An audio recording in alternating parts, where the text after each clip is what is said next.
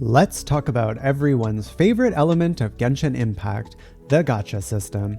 And more importantly, everyone's favorite way of experiencing it, the standard banner. I'm joking, of course. People complain about the gacha in this game all the time, and players are adamant in saying the standard banner is not only lackluster, but absolutely not worth spending your primos on. Only the free Acquaint Fates you earn from playing the game.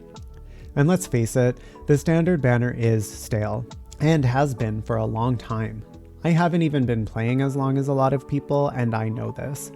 But what if the standard banner actually had rewards that were good enough to incentivize people to pull on it more often?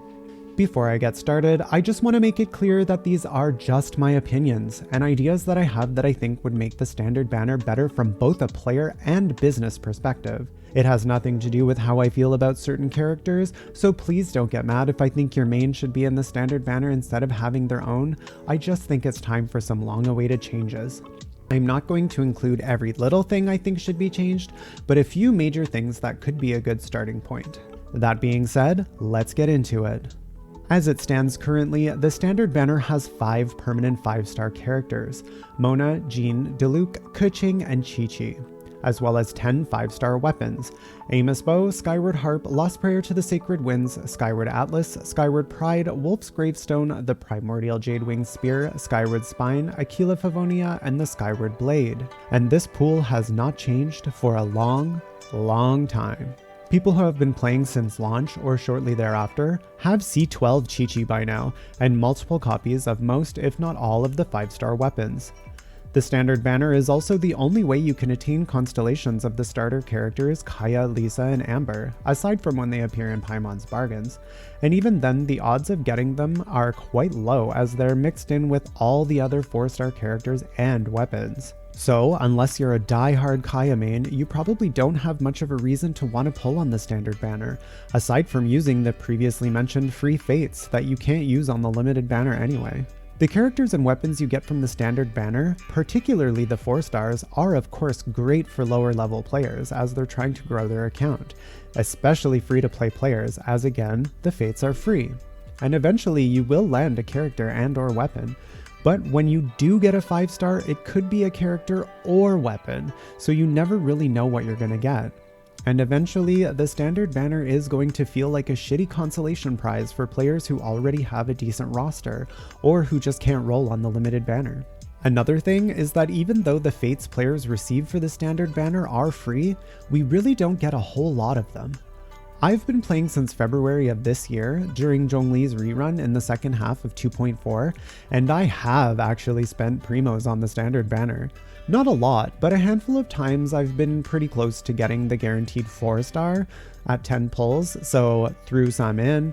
And when I was getting close to my second 5-star, I did definitely do a 10 pull, maybe 2 to get to it, but I've still only done a total of about 210 wishes and have gotten 2 5-stars, Mona and the Skyward Spine. That is roughly 25 Acquaint Fates a month, including the ones that I spent primos on, so what I actually got from the game is even less than that. Which brings me to the first change I would make. Give more Acquaint Fates in-game. Wouldn't it be nice if instead of only getting 1 fate for certain adventurer rank increases, you got, let's say, 5? Now, people might disagree with me and say that's too much and the game gives us enough already, but I think that by increasing the number of free fates we receive, players would feel more rewarded for what they've put into the game, making them want to keep playing, achieve more, and most importantly, wish more.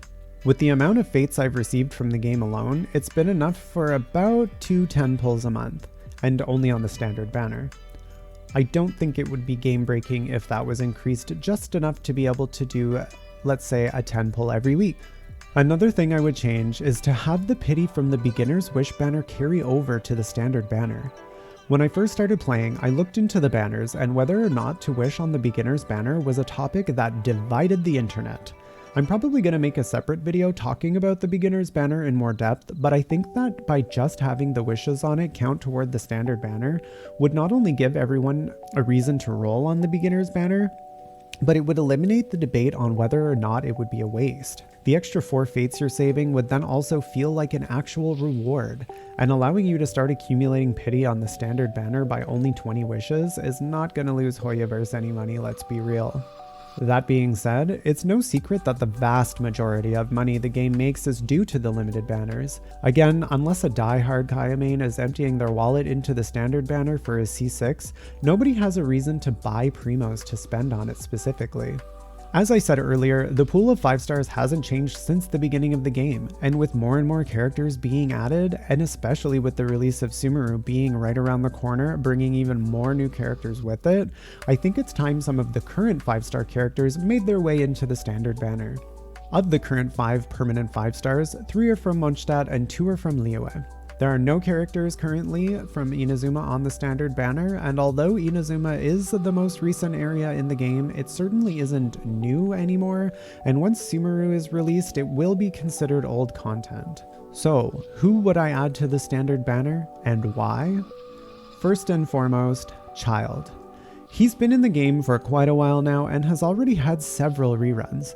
Although he's still a meta character in certain team comps, he is by no means a broken unit per se, and will potentially continue to be power crept with the release of new Hydro characters. Players who got Ayato, for example, though some people might not think is a replacement for Childe, others might not feel the need to pull for Childe if he came back on a limited banner, as they already have a Hydro DPS. But they might not be disappointed if they got Childe on the standard banner, or even lost a 50-50 to him.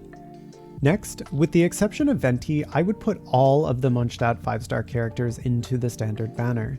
I'd keep Venti as a limited character because even though he's been around since the beginning, he is an Archon, and I think the Archons should remain limited.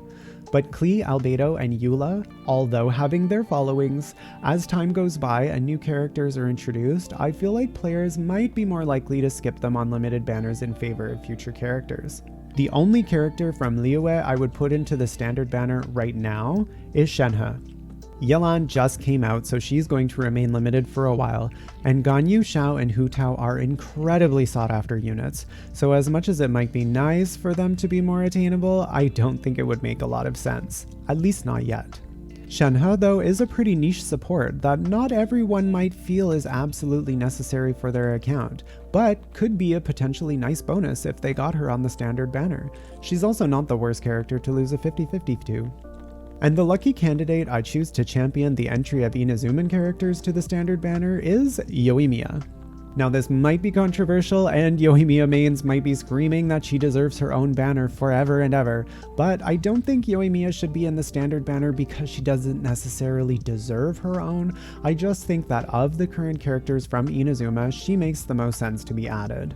Her playstyle might not resonate with every player, and depending on what other 5-star is appearing alongside or after her, players might decide to forgo her banner for theirs instead. I personally don't want to pull on a Yoimiya limited banner, but I would not be upset if I got her randomly. I would also put some sort of small rate up on Kaya, Lisa, and Amber. Nothing too crazy, just something like every 30 pulls you have a higher chance of getting one of them as your 4-star, or something like that.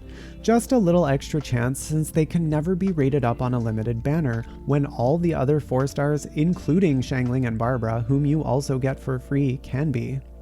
Lastly, just put the Primordial Jade Cutter into the weapon pool of the standard banner. There's no reason for it to not be in there, especially since the Primordial Jade Wing Spear is, and it's Xiao, a 5-star character's signature weapon, while the Jade Cutter is not a signature weapon. It also, although having its massive crit rate stat, is a generic enough sword that it could be used on most sword-wielding characters in the game, and it's not so much of a broken weapon that the majority of players are going to want to go into debt rolling on the weapon banner for it. The odds of getting any one specific 5-star weapon from the standard banner are also not high enough that it would result in every player running around with R5 Jade Cutters, but it would be nice to have the possibility of getting one at all. As far as the other weapons are concerned, I would probably keep them as is for the most part, with the exception of maybe the Liyue series, being the Memory of Dust, Summit Shaper, Unforged, and Vortex Vanquisher, although that one is technically Zhongli's signature weapon, but again, Xiao's is in the standard banner already, even if just to have a counterpart and addition to Mondstadt's Skyward series weapons. Mostly though, the characters are where it's at in Genshin, and I think that by having not only more 5-star characters, but more desirable 5-star characters than the ones already in the standard banner, sorry Keqing mains, a lot of players would have much more an incentive to pull on the standard banner, and even possibly want to spend money on it to try to get said 5 stars, and even constellations for them, which would not only open a new avenue of revenue for Hoyoverse, because at the end of the day it is a business and they are in the interest of making money, but it would also greatly benefit the players as well. As much as the standard banner needs a complete overhaul at this point, I think that just the few changes I've talked about would be a great start and breathe new life into it already. Once again, these are just my opinions and you do not have to agree with them at all. I'd love to know if you do or not though, and what changes you would make to the standard banner, if any. Let me know in the comments below. As well, like and subscribe for more videos to come. Thank you so much for watching, and I will see you next time.